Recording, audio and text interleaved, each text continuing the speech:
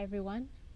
I am back from Ludington, Michigan from my best friend's wedding where I was the matron of honor.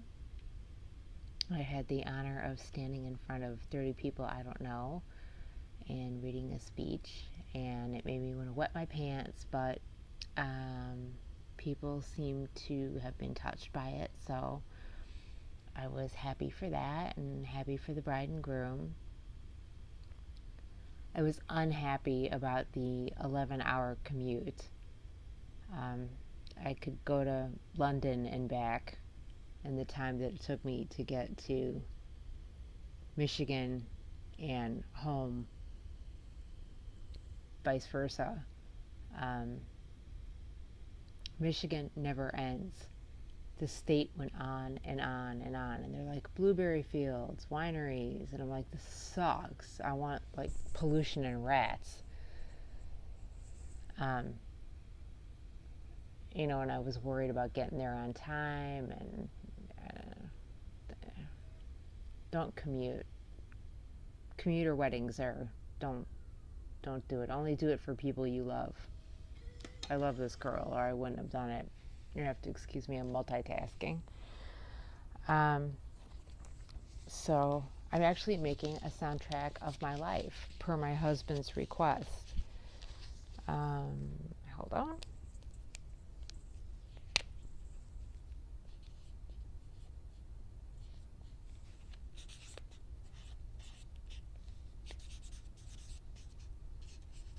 I know, I'm sorry, that's very rude. But I have a story to tell you. And you may or may not believe it, but it is a true story. And it has stayed on my mind enough that it is 1:30, of course, because you know how I think that sleep is for pussies. And here's me with the and. Here's what happened. So we check into the bed and breakfast, and it's telling me to insert a blank disc. There's a blank disc in there. How many more blank discs do you want?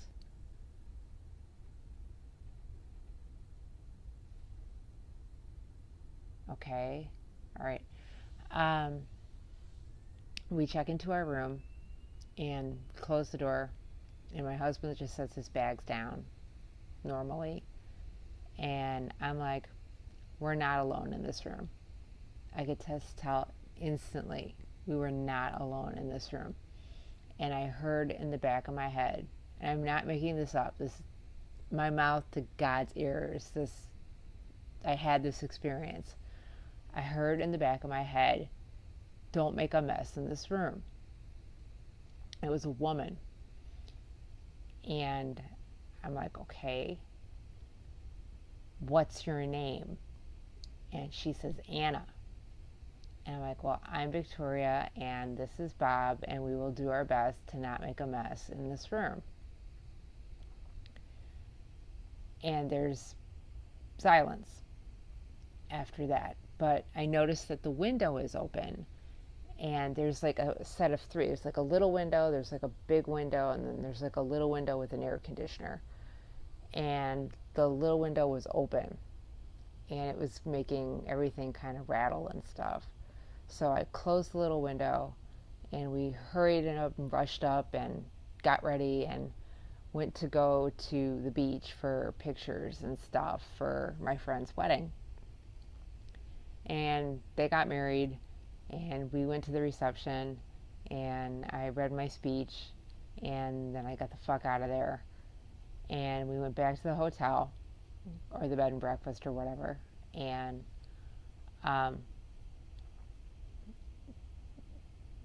did whatever it is that we did before we went to bed. And Bob fell asleep.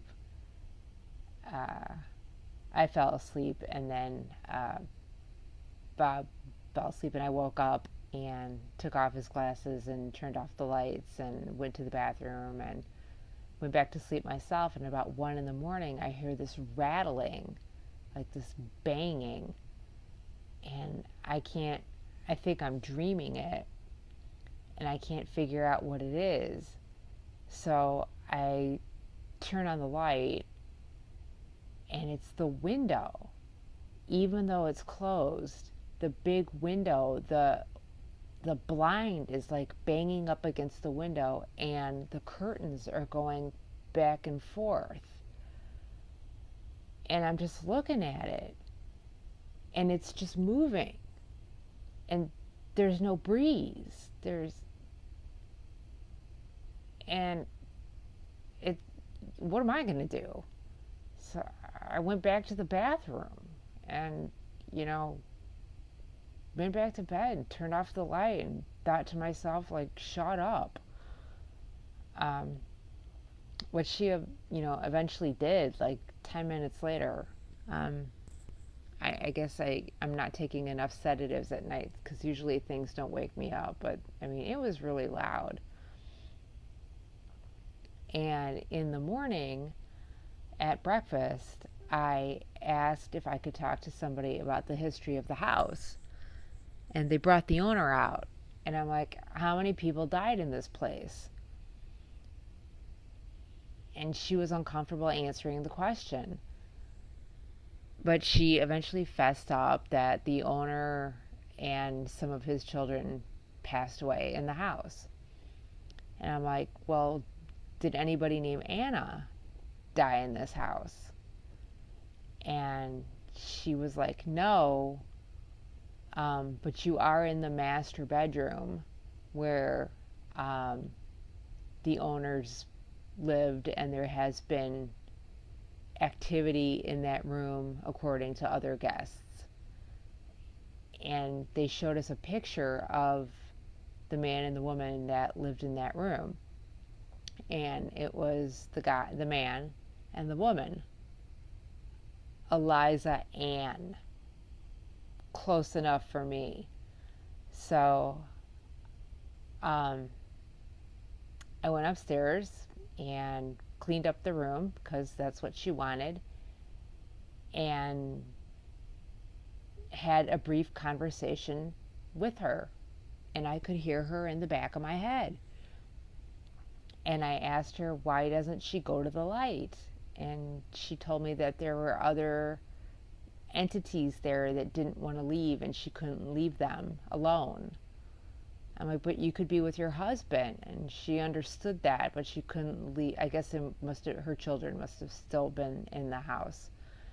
So anyways, this video is getting long. We conversed, and she's a pleasant woman. And I realized I was talking to a dead entity, and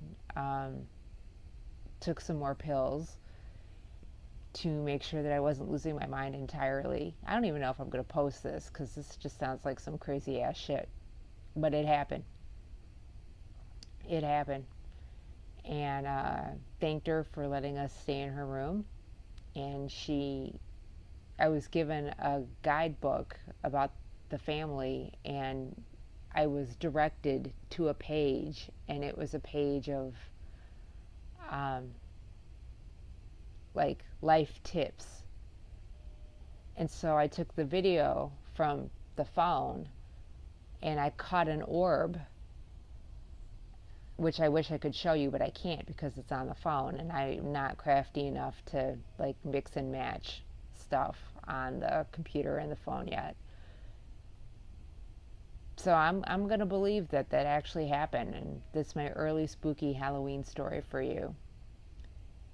And so if you go to Ludington, go to the Ludington house and ask for the master suite, and Miss Eliza will be there to tell you not to make a mess out of her room, because she don't put up with no shit like that. And she'll bang on the doors until you wake up and clean. Or the windows rather. I'm relieved to be home to my own little poltergeist that all she does is just steal my shit and doesn't make any noise. And that's my story. There you have it. Good night, kids.